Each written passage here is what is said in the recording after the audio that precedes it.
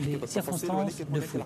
Vous ne voulez pas entrer dans les détails, mais nous avons eu plusieurs versions dans les médias. Allez-vous donner les détails de cette fuite? Avez-vous signé un contrat avec Netflix pour réaliser un film là-dessus? Deuxième question. Vous pouvez avoir un poste ici au Liban pour aider le Liban dans des circonstances difficiles? Deuxième question. Monsieur Ghon, avez-vous mis en place une stratégie de défense? Pensez-vous que votre défense depuis le Liban est un avantage ou un inconvénient pour vous? Lorsqu'on me pose une question en arabe, je vais répondre en arabe. Il n'y a pas de films et de Netflix. Il y a beaucoup de mythes. Aucun contrat n'a été signé avec Netflix dans ce domaine. Je ne vais pas parler de ma fuite depuis le Japon, parce que si je le fais, je vais exposer beaucoup de personnes à des problèmes. Je ne peux pas les laisser tomber. Je dois les respecter. C'est pourquoi j'en parle pas. Je n'ai rien à cacher. Mais je ne veux pas exposer les gens qui m'ont aidé au danger. Mais un jour, peut-être, vous connaîtrez la réalité. À ce moment-là, vous allez relayer la réalité et la vérité et les faits, sans que je suis obligé d'en parler. Mais peut-être un jour, dans 20 ans, je peux confirmer ou infirmer ce que vous pouvez éventuellement relayer dans les médias. Faransa. Monsieur Rosson, le micro, Madame, vous êtes responsable, je vous en prie, allez-y. من الصحافة الفرنسية تفضلي لو سمحتم. Bonjour, Gaëtan Mélin, BFM TV. Je voulais savoir, tous ces documents que vous nous avez présentés, est-ce que vous êtes en mesure de nous les fournir pour ensuite pouvoir les examiner et montrer que ces documents sont la preuve de ce que vous avancez, à savoir que ces montages financiers n'existent pas? Je suis prêt à vous remettre tous les documents que je vous ai montrés. Il y en a d'autres que je ne vous ai pas montrés. Je vais montrer un spécimen de ce que nous avons reçu. Je peux vous dire qu'il y a plein d'autres documents sur lesquels maintenant qu'on va pouvoir retirer. Parce que vous savez, avant, j'étais en prison, j'étais au Japon, je ne pouvais pas parler. Donc il y a beaucoup de gens qui se taisaient. Maintenant, il y a beaucoup de gens qui vont parler. Et là, vous allez voir apparaître tout d'un coup des tas de documents qui vont aller dans ce sens-là. Moi, ce que je demande, c'est que mes avocats, et particulièrement Maître Abou Jaoudé qui est présent, qui me représente au Liban, et qui fait partie de l'équipe de défense mondiale, vous pouvez le joindre, il mettra à votre disposition les documents qui vont expliquer tout ce que je vous ai dit. Monsieur Rosson. Une question. Vous êtes Libanais. Vous avez une expérience extraordinaire. Vous avez servi tous les pays qui traversaient des crises. Aujourd'hui, le Liban traverse l'une des crises les plus importantes de notre vie. Vous pouvez donner un peu de votre expérience à votre pays? Moi, je ne suis pas un homme politique. Je n'ai aucune ambition politique. Voilà. Mais si une demande a été formulée pour mettre mon expérience au service de mon pays, je suis tout à fait prêt. Mais il faut qu'une telle demande soit formulée.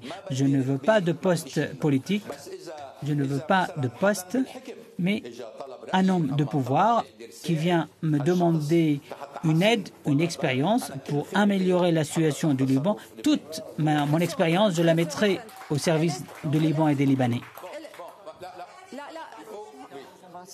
C'est qui ça? Mona Lisa Nahar.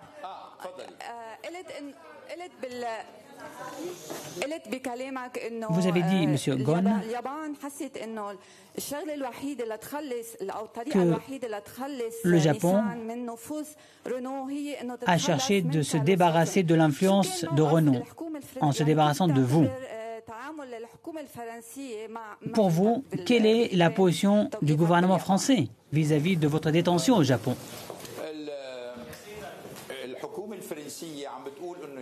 Le gouvernement français dit qu'il est en train d'essayer d'améliorer ses relations avec le gouvernement japonais et ne cherche pas à envenimer la situation avec le Japon. C'est ce que je comprends de la position française en tout cas. سؤال من البرازيل. O senhor tem muitos amigos no Brasil, foi presidente da Michelin lá, é amigo do ministro Paulo Guedes. A sua mãe mora no Brasil, suas irmãs moram no Brasil. Eu lhe pergunto, o governo brasileiro lhe tratou bem? Eu soube que o presidente Bolsonaro ligou para sua irmã. E a embaixada brasileira no Brasil, como foi o tratamento? Olha, os brasileiros, o cônsul do Brasil no Japão foi muito amigo, muito querido. Ele realmente cuidou de mim durante o período que foi muito difícil para mim. Você conhece ele, João Mendonça, com a família dele, ele tratou com muito carinho. Agora, você sabe porque o presidente Bolsonaro faz um anúncio no jornal, onde alguém fez uma pergunta para ele se ele está pronto para falar do meu caso com as autoridades japonesas. Se eu me lembro, ele falou que ele não quis fazer isso para não... Voilà, petite parenthèse, puisque Carlos Ghosn est en train de s'exprimer en portugais. Karina Chabour, vous avez... Coupé juste, disait que visiblement le président notions brésilien Bolsonaro ne voulait pas faire de déclaration, probablement pour préserver ses relations avec le Japon. Puisqu'on rappelle que Carlos Ghosn est aussi de nationalité brésilienne. Et il a aussi expliqué qu'il était un peu lâché par le gouvernement français. C'est ce qu'il nous disait à Mimo. Quand même. Oui, il dit que le gouvernement cherche à ne pas envenimer la situation avec les autorités. C'est vrai que la France a été plutôt en retrait dans cette affaire. On va revenir à la conférence de presse.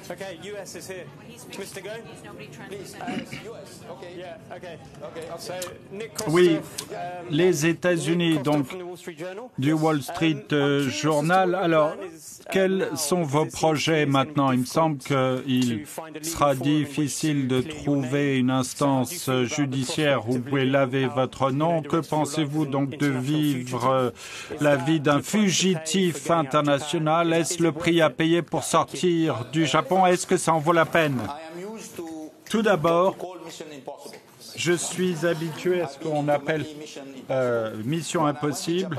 J'en ai trop fait lorsque je suis allé au Japon en 99. Les gens disaient c'est impossible, tu vas pas réussir, tu parles pas la langue, tu viens de France, de chez Renault, personne ne sait. Vous connaissez l'histoire. Je considère pas que je sois dans une situation où je ne peux pas agir. Je peux faire beaucoup de choses. Je veux laver mon honneur et veiller à ce que la vérité éclate au grand jour. À court terme, je suis là et je suis fier d'être là. Je suis entouré d'amis au Liban par des gens qui me respectent, qui sont fiers de moi et j'avais besoin de ça après l'épreuve que j'ai vécue, mais je ne vais pas simplement dire bon, plus rien à faire, donc vous pouvez m'attendre au cours des prochaines semaines à ce que je prenne des initiatives, vous dire comment je vais laver mon honneur, dans quelle instance, pour que tous les éléments de preuve soient mis au grand jour et que tout soit rétabli et tout ce qui a été fait soit mis non pas dans un système de propagande où j'apparais comme le dictateur cupide, mais quelqu'un qui a été un acteur très important dans le secteur de l'automobile avec tout ce que j'ai fait.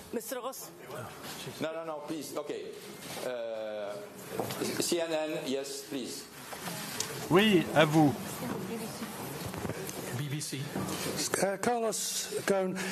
Carlos Ghosn, alors de CNN, en enchaînant de la question de mon collègue, il peut paraître aux yeux de certains que vous avez remplacé une toute petite cellule au Japon pour une cellule beaucoup plus grande ici au Liban où vous ne pouvez voyager nulle part, vous ne pouvez pas quitter le territoire, vous et votre épouse sont à risque. Iriez-vous en France? Courriez-vous le risque même de monter dans un avion pour vous rendre en France quand bien même le ministre là-bas dit que vous ne seriez pas extradé? Bien, comme vous le savez, il y a une notice rouge émise par le gouvernement japonais via Interpol. Mes juristes me disent que peut combattre cela. On peut supprimer la notice rouge en expliquant notre dossier, surtout si c'est un dossier politique. Ils sont plus compétents que moi pour vous expliquer ce qui peut se passer. Tout d'abord, je ne me considère pas comme un prisonnier au Liban. Je suis très heureux d'être là, je peux vous le dire. Et je préfère cette prison à celle où j'étais avant. Comme vous pouvez l'imaginer, je suis avec mes amis, ma famille, mes enfants peuvent venir me voir, je peux téléphoner, je peux utiliser Internet, je ne suis pas suivi ou les seuls. Je ne vous ai pas parlé de ceux qui me suivaient, les seuls qui me suivent sont des gens qui souhaitent me parler ou quelque chose de beaucoup plus sympathique.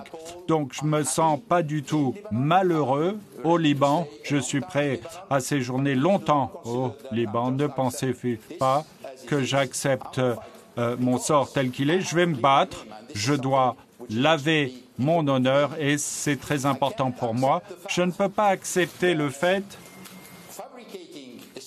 que construire une histoire et de mentir à une telle échelle, je ne peux pas l'accepter.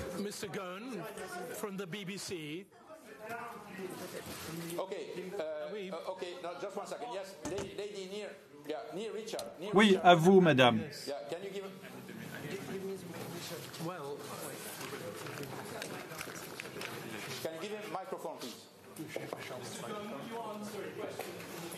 Yes, I'm coming back to you. This is no. Looking Please, for the mic. go ahead. The question is, hi, Michelle Caruso Cabrera, CNBC. You said that you want Nissan. Question, vous voulez que Nissan soit autonome, mais l'autonomie doit être gagnée.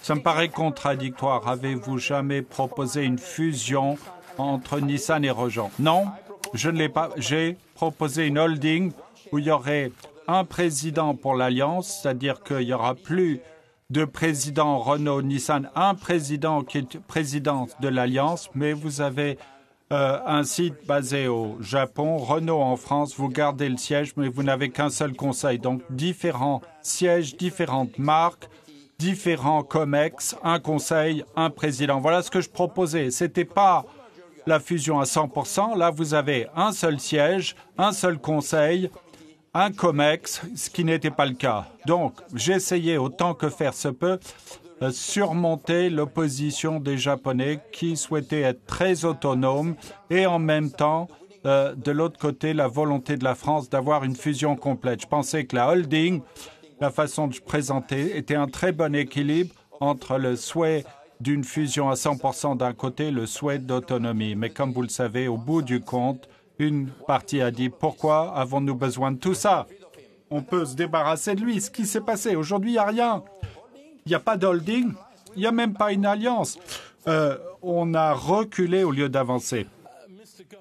Monsieur Gone, de la BBC. Alors, deux questions, si vous me le permettez. Alors, vous dites, et c'est compréhensible, vous ne souhaitez pas que le torchon brûle entre le Liban et le Japon, mais c'est clair, vous dites qu'il y a eu un complot. Jusqu'où dans le système japonais ce complot va-t-il? Va-t-il jusqu'au sommet, pensez-vous? Et deuxièmement, seriez-vous prêt à vous présenter à un procès au Liban pour les chefs d'inculpation à votre rencontre? Alors, bon, si vous n'avez pas dit que vous étiez de la BBC, d'après vos deux questions, je l'aurais deviné. Alors, pour la première question, vous dites que je ne pense pas que le sommet était impliqué, le plus haut niveau. Si c'est votre question, je ne pense pas. Si vous parlez d'Abe-san, je ne pense pas qu'il était impliqué.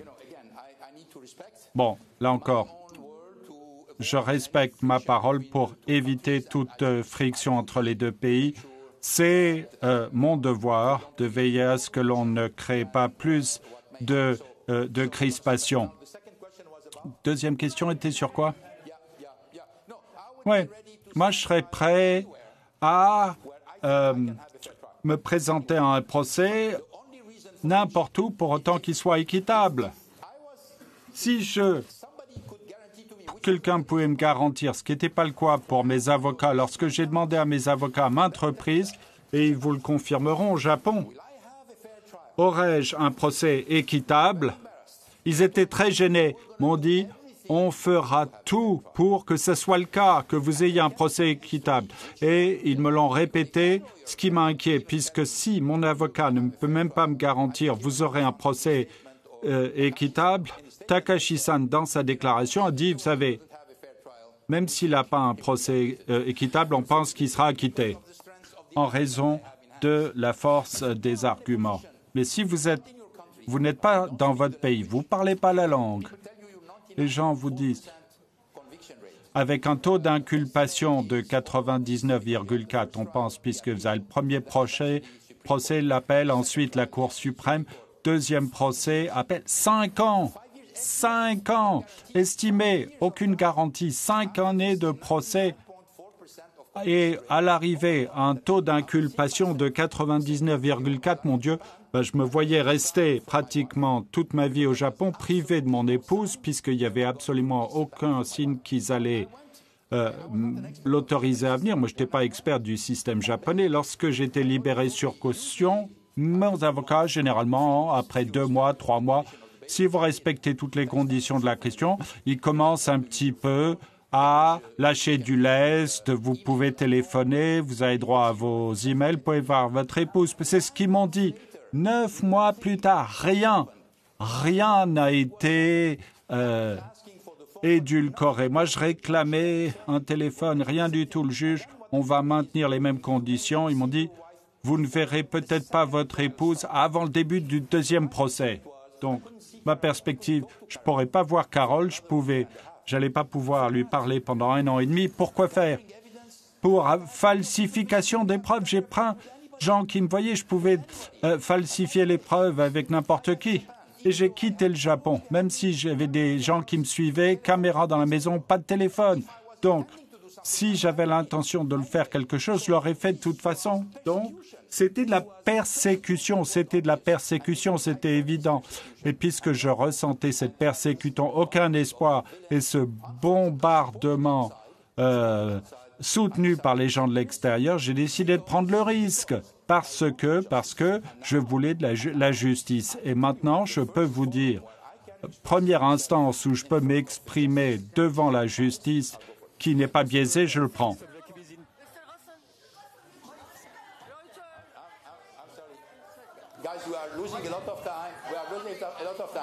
Nous perdons beaucoup de temps.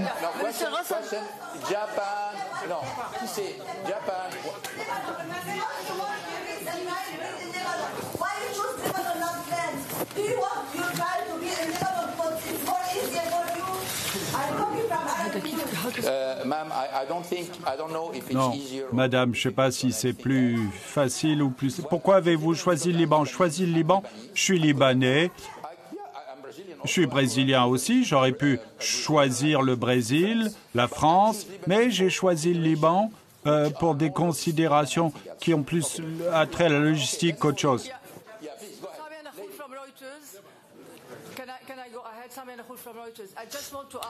Je voulais juste vous demander, les procureurs japonais mentionnent, épouse, que pour que vous soyez extradé, avez-vous des assurances du président libanais, du gouvernement libanais que vous ne serez pas extradé, vous resterez au Liban?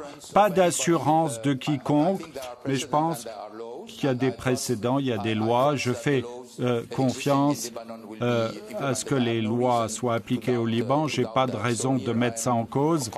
Je suis donc confiant que les pratiques actuelles, que les lois seront respectées au Liban. C'est ce que j'ai entendu de la part de tous les responsables libanais. Le Japon.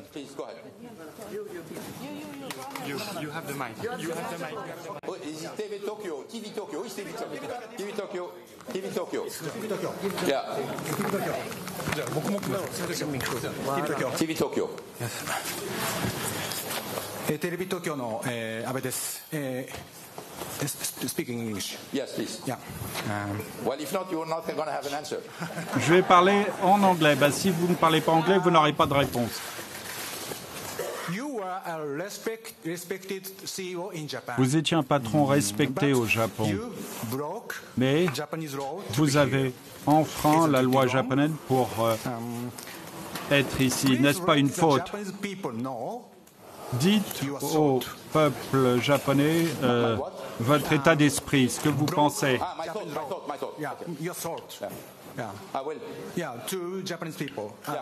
À l'adresse du peuple japonais. Oui, bien évidemment, là encore. Revenons-en à votre question, comme vous l'avez dit.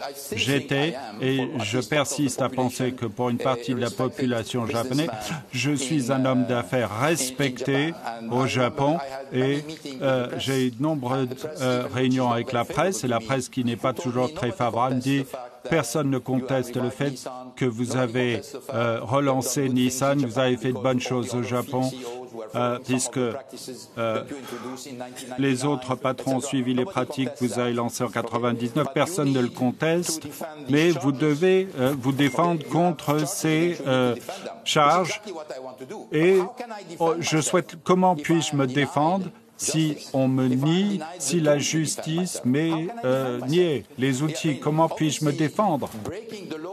Enfreindre la loi au Japon, puisque j'ai quitté le Japon, c'est un problème, mais ne pensez-vous pas que c'est un problème que le procureur a enfreint 10 lois au Japon et personne ne s'en préoccupe? Ils ont enfreint la loi. Vous savez très bien qu'il y a une loi au Japon qui dit que le procureur ne peut pas fuiter. Ça, vous le savez ça. Mais bon, il fuite. Les gens, ils fuitent. Les journalistes vous disent on a appris ça du procureur. Bon, alors ils enfreignent la loi, mais personne ne s'en préoccupe. Donc moi, j'enfreins la loi, ce serait un problème, alors que le procureur, lui, qui enfreint 10 lois, ça n'est pas un problème et personne ne s'en préoccupe. Donc à un moment donné, lorsque vous êtes dans une situation où vous êtes le seul qui doit respecter la loi et personne d'autre le fait, vous dites que c'est un système qui est biaisé. Et le Japon ne le mérite pas. Les Japonais ne sont pas comme ça. Moi, j'aime bien le peuple japonais. J'y ai passé 17 ans, je ne le regrette absolument pas.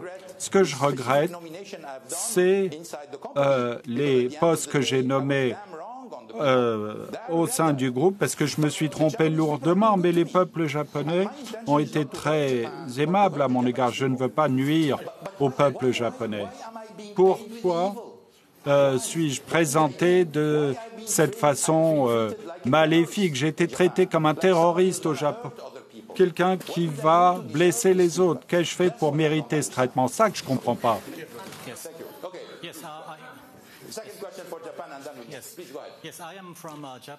Oui, je suis d'une société d'édition au Japon et j'étais très surpris de voir qu'il y avait si peu de médias japonais ici, que vous n'avez pas autorisé l'entrée des médias japonais. Pourquoi avez-vous fait ce choix?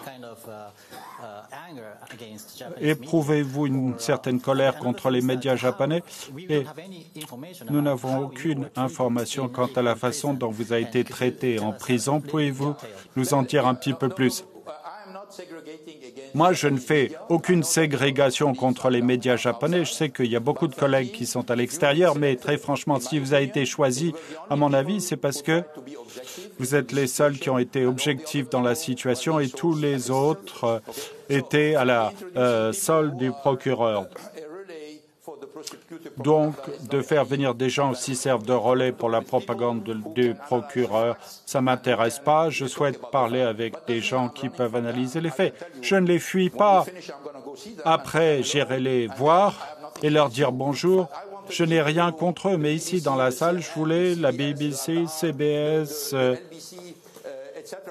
NBC, etc., globaux, puisque ce sont des gens qui sont des grands médias qui seront très objectifs.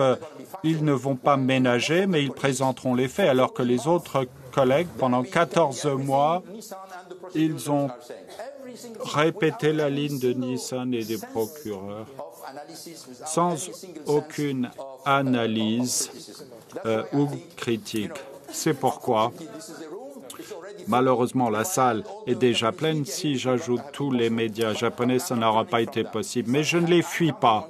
Je compte sur vous pour porter ma parole. Christophe Jacubizide de BFM Business. Vous nous avez dit qu'il y avait deux raisons pour que toute cette affaire commence. Ouais. La première, c'était les performances moins bonnes de Nissan. La deuxième, c'est le droit de vote double instauré par l'État français en 2015. Est-ce que vous tenez responsable le ministre de l'économie de l'époque de l'avoir institué? Je rappelle qu'il s'appelait à l'époque Emmanuel Macron. Oui, non, je suis navré, mais vous avez mal compris ce que je voulais dire. Le premier élément, ce que j'ai dit, bien sûr, c'est le déclin de la performance de Nissan, dont Saikawa est responsable. Saikawa a commencé à dire « Ah, c'est hérité d'une situation, Monsieur Ghosn, etc. » La performance, au bout de 3 ans, n'est plus de la responsabilité de la personne qui a précédé, elle est de votre responsabilité. Puis je trouve lamentable, quand quelqu'un prend la direction générale d'un groupe, il doit assumer le groupe. C'est fini, c'est lui qui est en charge. Moi, quand je suis arrivé en 99, j'ai pas dit tous les cons qui étaient avec moi n'ont pas fait leur boulot, j'ai rien dit. J'ai dit voilà la situation de l'entreprise et on va aller à partir de ce moment-là. Et c'est pourquoi les gens m'ont respecté, parce que je n'ai pas critiqué mes prédécesseurs, je n'ai pas utilisé des moyens parce qu'ils ne pouvaient plus se prononcer compte tenu de la situation lamentable dans laquelle j'ai trouvé Nissan. Je ne l'ai pas fait.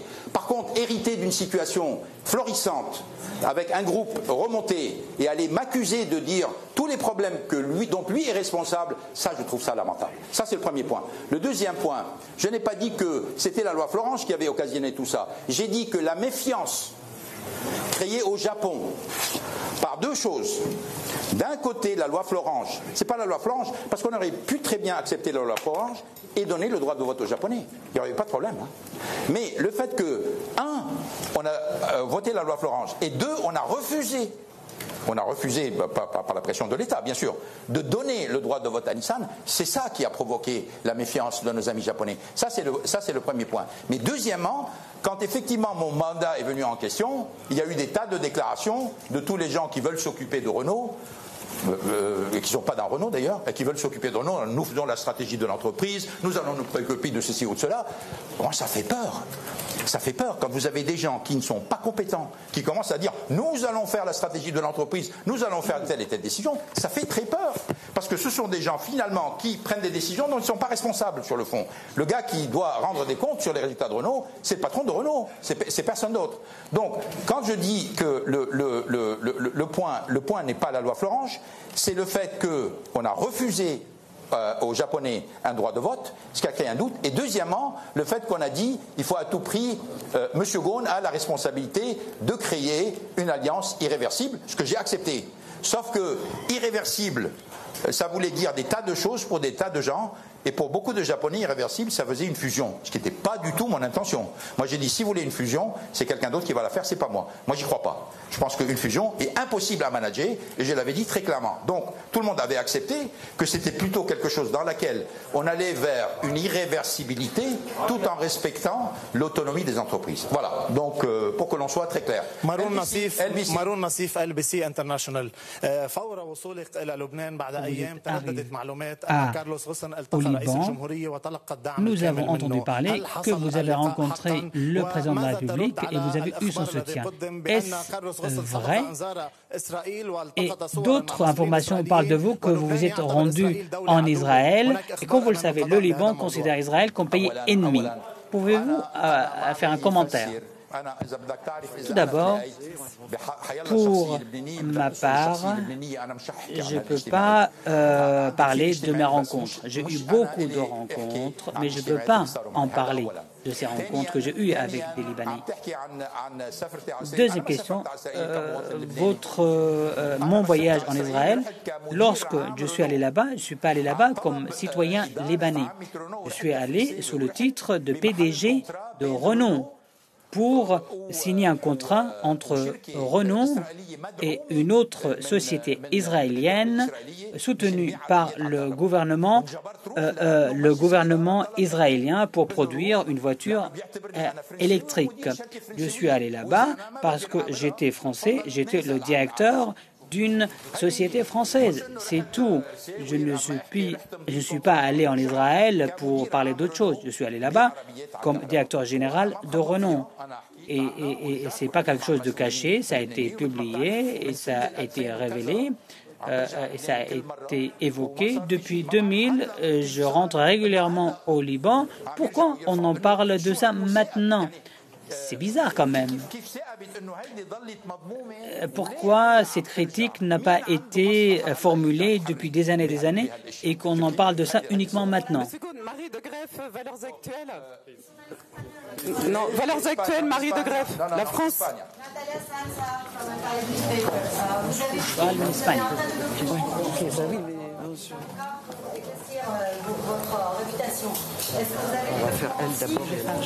Parce que vous dites RT France, je pense. Et contre la justice japonaise, que vous avez Madame, je vous rassure, je n'ai pas le droit, je n'ai absolument pas l'intention d'abandonner mes droits. J'ai des droits vis-à-vis de Nissan, j'ai des droits vis-à-vis de Renault qui n'ont pas été respectés et je compte bien les réclamer en justice. Parce que je crois dans la justice française et je crois d'une certaine manière aussi, sur le plan civil, à la justice japonaise. Donc, non, please. No, the cameraman are not happy. RT France. RT France, Monsieur Ghosn. Yes, RT France, cette question, puisque cette affaire, elle semble avoir... Madame, vous êtes de quelle chaîne? RT France. RT France. Voilà. Cette affaire, elle semble avoir mis en lumière des failles présumées au sein de la justice nippone. En tout cas, ça pose beaucoup d'interrogations. Malgré cela, la France semble être restée quand même assez silencieuse, Monsieur Ghosn.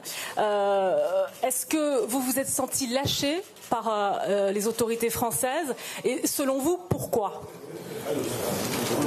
Écoutez, vous auriez été à ma place, vous vous seriez senti comment, madame? Vous êtes comment avec les gens là? Très simple question. Vous auriez été, au travers de ce que j'ai été, vous vous auriez senti comment? Soutenu? Défendu? Lâché? Neutre? Je sais pas. Moi, je ne me prononce pas pour l'instant. J'espère que ce n'est pas le cas. C'est ce que j'espère. Parce que quand même, je suis un citoyen français. Alors on me dit comme les autres, mais pas au-dessous des autres. Je ne demande pas à être au-dessus de qui que ce soit, mais je ne souhaite pas être en dessous de qui que ce soit. Je voulais juste vous demander, du coup, c'est ce que vous allez faire? Vous allez attaquer Renault et Nissan devant la justice française? C'est ce que vous avez prévu de faire? Je n'ai pas attaqué qui que ce soit. J'ai dit que j'allais défendre mes droits et qu'il n'était pas l'intention de m'asseoir sur mes droits. J'ai des droits. On a dit que finalement, en janvier, j'avais démissionné de Renault, ce qui est faux. La lettre que j'ai envoyée, vous n'avez qu'à la lire. Elle n'a pas été d'ailleurs distribuée aux membres du conseil d'administration. Elle a été lue aux membres du conseil d'administration en vite. Je n'ai pas démissionné de Renault. Donc ça, c'est une forfaiture de dire que j'ai démissionné de Renault. Je me suis retiré pour permettre à Renault de fonctionner normalement alors que j'étais en prison.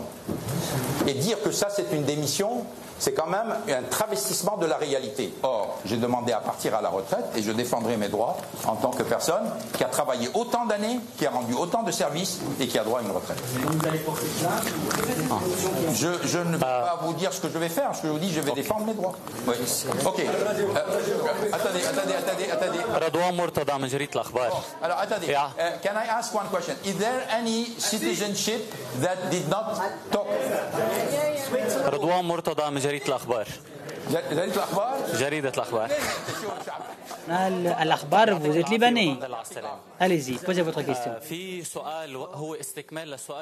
Une question pour compléter la question précédente concernant votre visite en Israël. Vous êtes allé là-bas comme représentant d'une société, mais en 2008, vous étiez là-bas. C'était 2 ans après la guerre de 2006. Et parmi les mains que vous avez serrées étaient entachées du sang des Libanais. Il y avait beaucoup des Libanais à l'époque prisonniers chez cet ennemi. Ok, vous êtes allé en Israël comme président d'une société. Est-ce que vous présentez vos excuses? Est-ce que considérez-vous Israël comme ennemi? Bien sûr, je formule mes excuses. Je présente mes excuses. Le fait que le peuple libanais a été touché par cette visite.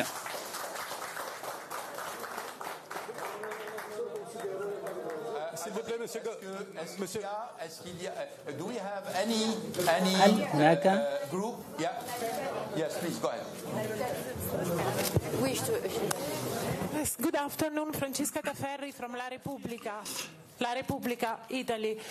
You were mentioning the Vous possible avez alliance évoqué between l'alliance Renault and éventuelle FCA. Can you entre go through Renault that? et Was Fiat it a missing Chrysler. chance? Est-ce une occasion ratée selon vous? Pouvez-vous nous donner des détails de votre voyage ici au Liban? Je comprends que vous ne souhaitez pas en parler, mais quelques éléments sur votre... Ça, c'est une question éminemment italienne.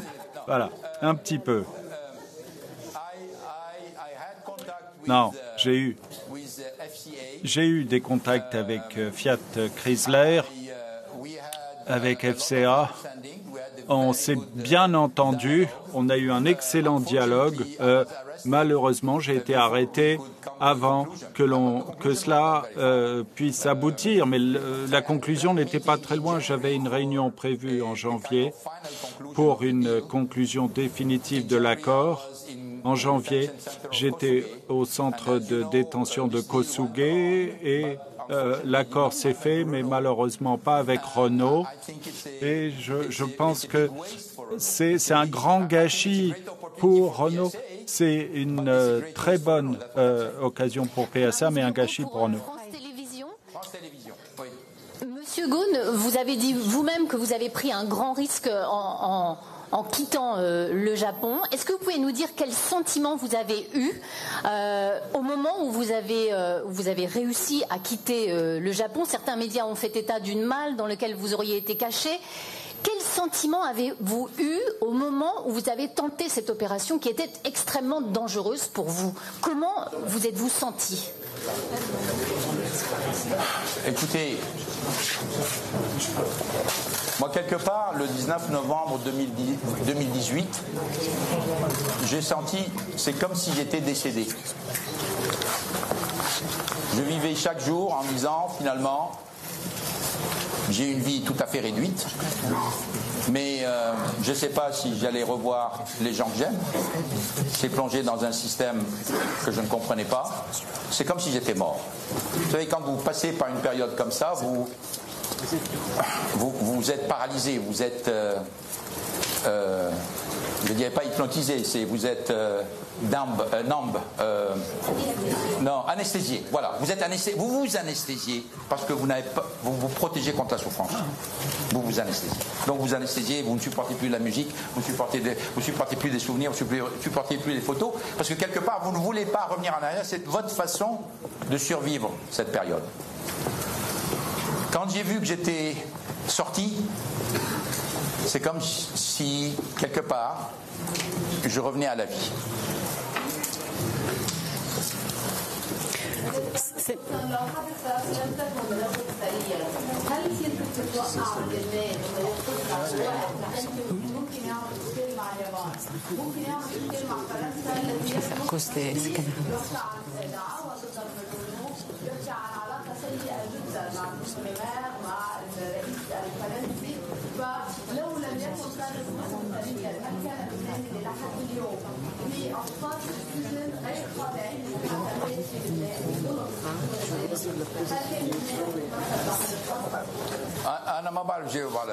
Je ne peux pas répondre à cette question. Ce sont que des spéculations. Je suis venu au Liban, je n'ai pas peur de la justice. Ici, je peux m'exprimer, je peux rencontrer les gens, les personnes. J'étais privé de tout au Japon. Je ne connaissais personne. J'étais poursuivi, comme vous le savez. J'étais poursuivi tous les jours depuis que j'ai quitté le centre de détention. J'étais surveillé.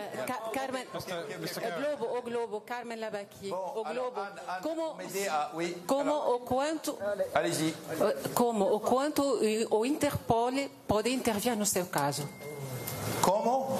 o quanto o Interpol pode intervir no seu caso? Olha, eu não sou especialista desse tipo de coisas, mas meus advogados, o que eles falam é que Interpol não tem nenhuma jurisdição dentro do Líbano. O que tem jurisdição dentro do Líbano é o governo libanês.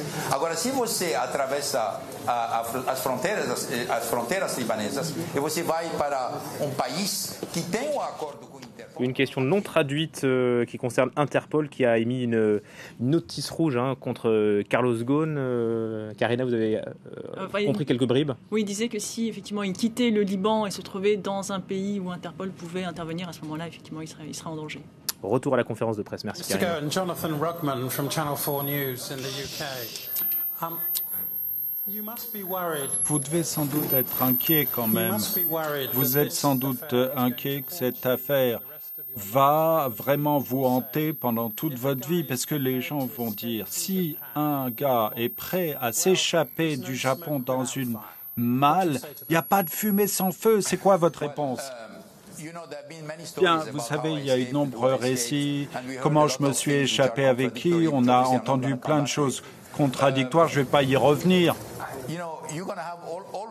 Vous aurez toujours des gens qui vous diront « il n'y a pas de fumée sans feu », d'accord? Bon, d'accord, ça donne toujours l'avantage à celui qui vous attaque. Si je vais raconter plein d'histoires sur vous qui sont infondées, il y a plein de gens autour qui disent « il n'y a pas de fumée sans feu », donc quel que soit le nombre de mensonges que je profère, certains vont coller. C'est l'avantage de ceux qui ont l'offensive. C'est ce qui se passe. J'étais une cible facile. Pourquoi? J'étais bien connu. J'étais un étranger. Donc, il était très facile de dire ce type-là a dépassé toutes les limites, il a caché une rémunération qu'il n'a pas reçue, il a réclamé. Bon, c'est facile, vous avez raison, il y a plein de gens qui vont dire il a fui parce qu'il est coupable. Mais moi, je vous dis, j'ai pas fui parce que j'étais coupable, j'ai fui parce que j'avais zéro chance d'un procès équitable. Et si j'ai une occasion de prouver, ne serait-ce que pour certains des gens, je ne me préoccupe pas des gens qui vont dire vous serez coupable. Quoi qu'il arrive, c'est une bataille perdue. Mais les gens qui sont prêts à vous écouter, vous aurez la possibilité de dialoguer. Ça doit passer par un procès équitable. Le seul moyen d'avoir un procès équitable, c'est pas au Japon. Il faut que je sois en dehors du G20. Je suis au Liban aujourd'hui. Je peux être dans un autre pays. Je peux être au Brésil. Le Brésil n'extradie pas ses citoyens. La France n'extradie pas ses ressortissants. Même chose pour le Liban. J'ai 3 pays. Je suis béni. Je suis citoyen de 3 pays qui n'extradient pas leurs ressortissants. Donc, je pense que je peux avoir un procès équitable dans ces 3 pays.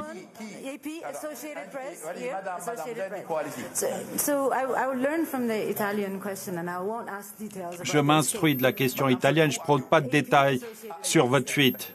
AP. D'accord. Donc, les gens appellent ça la grande fuite. C'est à quel moment la grande évasion? À quel moment avez-vous décidé que c'était le temps de fuir? Comment êtes-vous arrivé à cette conclusion? Comment passez-vous votre temps au Liban? La première chose que vous avez fait, ce que vous prévoyez de faire. Donc, la question, à quel moment je me suis aperçu qu'il fallait prévoir votre fuite? Ce qui vous a poussé, tout d'abord, lorsque j'ai perdu tout espoir d'un procès équitable, j'ai essayé autant que faire se peut, je vous l'assure. Lorsque j'ai remarqué que le procès était constamment reporté, même si au début le juge nous a dit ça, il nous a dit dans la séance qu'on a eue en novembre qu'il allait essayer de démarrer l'examen de la deuxième charge en décembre 2010. Enfin, on va voir le bout du tunnel. Et le tunnel, là, on parle de 2022. Mais ensuite, le 25 décembre, le jour de Noël, pour la session de mise en accusation, il a dit malheureusement, le procureur ne peut pas avoir 2 procès en même temps. Il n'a pas les moyens, c'est trop de travail. Ils ont dit, je ne peux pas promettre que le deuxième procès va démarrer en septembre. On a dit, quand? Il dit, je ne vais pas m'engager, mais pas avant 2021. reporter. Et c'est toujours le procureur qui l'emporte. On ne tient pas compte de la défense. Deuxième, ça c'est la première chose. Deuxième chose, je voulais voir mon épouse. Le juge était surpris que je souhaitais voir mon épouse. Peut-être pour beaucoup de gens, ça n'allait pas être une punition de ne pas voir leur épouse. Pour moi, c'était le cas. Vous savez, puisqu'ils ont leur correspondance avec Carole, ils savaient que j'aimais Carole, qui est vraiment un pilier pour moi. Ils ont vu tous les courriers, ses emails. Ils n'étaient pas censés avoir à ces emails. Ils ont tout pris. Ils savaient tout ça. Et parce qu'ils savaient tout ça, ils ont dit, bon, on va le mettre à genoux, on va le couper de sa femme. Et ils avaient raison. Ils m'ont mis à genoux. Donc, lorsque j'ai vu que je ne pouvais plus voir Carole, j'avais aucun horizon, aucune possibilité de voir ma femme avec une vie normale, j'ai dit, qu'est-ce qui me reste? Qu'est-ce qui me reste? Je dois partir. J'ai plus rien ici. Et au Liban, vous avez fait quoi au Liban? Vous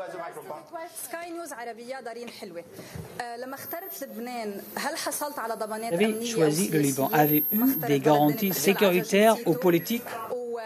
Pourquoi vous n'avez pas choisi d'autres pays dont vous êtes citoyen? Au Japon, vous marchez tout seul. Aujourd'hui, vous avez des mesures de sécurité. De qui avez-vous peur aujourd'hui? Pourriez-vous avoir tous les documents et les procédures japonaises? J'ai perdu déjà votre première question. De qui avez-vous peur? Avez-vous reçu des garanties politiques et sécuritaires? Oui, aujourd'hui, j'ai des mesures de sécurité un peu difficiles parce que je viens de sortir. Là, vous êtes passé par l'appartement, par le bâtiment. Vous avez vu beaucoup d'organes de presse. Je dois me défendre. Mais un peu plus tard, peut-être, ces mesures de sécurité seront un peu relâchées. Est-ce que j'ai un danger sur ma vie au Liban? Je ne le crois pas. Mais on prend quelques mesures de sécurité pour éviter tout problème. Quelle garantie pour vous d'avoir tous les documents de la procédure? Mes avocats, comme vous le savez, au Japon, ont beaucoup de documents et de pièces. Ils ont déjà passé ces pièces à mes avocats ici au Liban. Et bien sûr, nous n'avons pas eu accès à toutes les pièces. Le procureur a beaucoup de pièces encore. Comme vous le savez, au départ, on vous donne les pièces à charge et ensuite on peut vous communiquer les pièces à décharge. Monsieur Ghosn, s'il vous plaît. Valeurs actuelles. Alors, attendez. Non, monsieur Ghosn, s'il vous plaît. On a bien compris que vous n'aviez pas reçu... Madame, si vous pouvez juste nous dire qui vous êtes. Valeurs actuelles. Ah, merci. On a bien compris que vous n'aviez pas reçu le soutien que vous pouviez attendre du gouvernement français. Non, je n'ai pas dit ça. Non, je dis nous avons bien compris. Vous avez compris, c'est autre chose. Aujourd'hui, qu'est-ce que vous demandez à Emmanuel Macron et au gouvernement français? Qu'est-ce que je demande? Qu'est-ce que vous leur demandez, oui. Rien du tout. Vous attendez rien de... Je n'ai rien demandé. Non, mais vous me posez une question. Vous me dites qu'est-ce que vous demandez au gouvernement français? Je ne demande rien au gouvernement français. Puisque le gouvernement français a dit présomption d'innocence, ce que je crois, et je crois que quand le président de la République a des présomptions d'innocence, je le crois. Mais quand d'autres responsables en France disent présomption d'innocence et ont un body language de il est coupable, ça je ne suis pas d'accord. Ou on est d'accord et on est convaincu de la présomption d'innocence et on doit être en ligne avec cette conviction, mais on ne peut pas dire on est pour la présomption d'innocence et on dit il est coupable sur la base d'audits intérimaires, sur la base d'informations qui n'ont pas été contredites et dans lesquelles moi-même je n'ai pas été interrogé. Ça je ne suis pas d'accord. Ou bien vous dites je ne crois pas à la présomption d'innocence. Je ne crois pas à la présomption d'innocence. Hein? Dans ce cas-là, je comprends ça. Mais vous ne pouvez pas dire je suis pour la présomption d'innocence, mais finalement avec un clin d'œil il est coupable et on va le charger alors qu'il n'y a rien. Alors vous disiez vous-même qu'il y avait quelque chose pour... Il n'y a rien pour moi. Il y a peut-être une enquête, c'est possible. Mais évidemment, ces enquêtes, elles viennent d'où? Elles viennent de l'intérieur de Renault. Alors vous imaginez que moi j'ai des contacts avec beaucoup de gens à l'intérieur de Renault. Et je sais ce qu'il y a dans ces rapports. Donc je ne suis pas inquiet sur ce plan. Monsieur Ghosn, s'il vous plaît. Monsieur Ghosn, pour Libération, s'il vous plaît. Libération, oui. Franck Boisis, j'aurais 2 questions, s'il vous plaît, Monsieur Ghosn. Justement, à propos de la justice, vous avez dénoncé l'iniquité de la justice japonaise. Vous n'avez peut-être pas le même sentiment sur la justice française. Il y a 2 enquêtes pénales qui sont ouvertes au parquet national financier à Paris. Est-ce que si vous êtes convoqué par un juge d'instruction français, vous répondrez à cette convocation? C'est ma première question. La deuxième, les Français ont découvert que depuis 2012, vous n'étiez plus résident fiscal en France, alors que vous dirigez pendant ces années-là un fleuron français. Et depuis cette date, la France a décidé de prendre une disposition législative pour imposer la résidence fiscale à tous les dirigeants de grandes entreprises. Je voudrais savoir ce que vous en pensez et si vous pouvez nous expliquer pourquoi vous n'étiez plus résident fiscal en France depuis 2012. D'accord. Merci. Alors, on commence pour la première question, c'était une convocation potentielle d'un magistrat français. Bah, écoutez, elle n'a pas lieu pour l'instant. Hein. Moi, je suis au courant de rien. J'ai mes avocats qui sont là. Il est évident qu'à partir du moment où la justice française demande à me parler, je vais me présenter à la justice française. J'ai rien à me reprocher. Hein. Au contraire, moi, c'est ce que je demande. Hein. Ce que je ne demande pas, c'est qu'on m'accuse sans m'interroger. Ce qui a été fait largement, sur la base d'audits truqués, sur lesquels on ne m'a même pas posé la question, dans lesquels la démarche est absolument discutable, quel que soit le standard de l'audit que l'on examine. Bon, ça c'est sur le premier point. Le deuxième point, vous pensez bien que moi j'ai changé de résidence en 2012, je ne vais pas changer toute seule. Quand vous changez de résidence, vous vous adressez à l'administration fiscale, vous allez expliquer pourquoi vous changez de résidence, vous allez dire où vous allez, et c'est l'administration fiscale qui fait un audit fiscal, qui a été fait dans mon cas, et qui vous donne après, bon, en disant, bon, effectivement, il n'y a rien, vous pouvez faire ce que vous voulez. C'est ce qui s'est passé. Donc maintenant, on vient dire, un patron d'une grande entreprise française doit être fiscalisé en France. Très bien, la loi a changé, et les patrons français devront agir en fonction de la loi. C'est tout. Mais moi, ce que je peux vous dire, c'est qu'en 2012, je ne l'ai pas fait en catimini. Je me suis adressé aux autorités. J'avais d'ailleurs un fiscaliste qui l'a fait. Il a demandé toutes les autorisations. J'ai expliqué pourquoi j'allais le faire. Je vous rappelle qu'en 2012, c'était une situation dans laquelle on était en train de créer des synergies de l'Alliance. Donc il était très important pour moi d'apparaître comme étant plus à Amsterdam qu'à Paris pour éviter de froisser les sensibilités japonaises. Ce qui, au départ, tout le monde pensait que c'était quelque chose de fabriqué, mais on sait qu'aujourd'hui ça n'était pas du tout fabriqué. C'est la raison pour laquelle j'ai été à Amsterdam. J'ai passé beaucoup de temps à Amsterdam. Tout le travail de l'Alliance se faisait à Amsterdam. Donc voilà. Alors maintenant on revient là-dessus. Il y a une nouvelle loi, on applique la loi. Voilà. Ouais. Alors, please. Financial Times. Mr. Rossen, do you think that the alliance... Pensez-vous que l'Alliance peut réussir sans vous? Oui, je le crois. Très franchement, je pense que l'Alliance peut réussir sans moi, mais l'Alliance doit suivre certaines règles. L'Alliance ne va pas fonctionner sur une base de consensus, ça je peux vous le dire. Et pour l'heure, ils pensent tous que la prise de décision consensuelle est une façon de faire vivre l'Alliance. Se trompe. Regardez les résultats. C'est la seule façon que vous allez voir qui se trompe, qui a raison dans une entreprise. Vous regardez la croissance, vous regardez les bénéfices et l'évolution. Lorsque je regarde ce qui s'est passé depuis 13 mois, avec tout ce qui s'est passé, je ne suis pas rassuré quant à l'avenir de l'Alliance. Vous avez dans la parole. Allez-y. Bah oui. Allez-y. Donc oui, James André pour France 24. Je voulais simplement savoir, votre vie évidemment était passée au crible suite à cette affaire dans les médias, partout. On vous a présenté souvent comme ayant, on va dire, atteint un niveau où vous étiez déconnecté des réalités. Il vous est arrivé ce qui vous est arrivé, ça change évidemment un homme. Quand vous repensez à cette période-là, qu'est-ce que vous pensez? Et qu'est-ce que vous auriez à dire sur cette image qu'on a dépeinte? Non mais c'est pas une question d'image. Moi, il y a eu des tournants dans ma vie. Merci bien. J'ai fait des choix. Il y en a certains que je regrette. C'est tout. C'est pas une question de comment je vis ou pourquoi je vis, etc. J'ai eu des tournants, j'ai eu des décisions importantes à faire et dans certaines décisions, j'ai fait de mauvais choix. Je vous dis, aujourd'hui, on parlait de General Motors. Quand Steve Ratner m'a proposé de devenir le patron de General Motors en 2009 et que j'ai refusé de prendre le job par fidélité à Renault et Nissan, j'ai fait une connerie. Parce que je serais aujourd'hui patron aux États-Unis. Mary Barra, qui est patron de General Motors, a gagné gagné 26 ou 27 millions de dollars l'année dernière. Il n'y a pas eu une ligne dans un journal là-dessus. Elle vit très bien, elle est une citoyenne respectée, elle a un job beaucoup plus facile parce qu'elle n'avait qu'une entreprise à gérer, elle est dans son propre pays.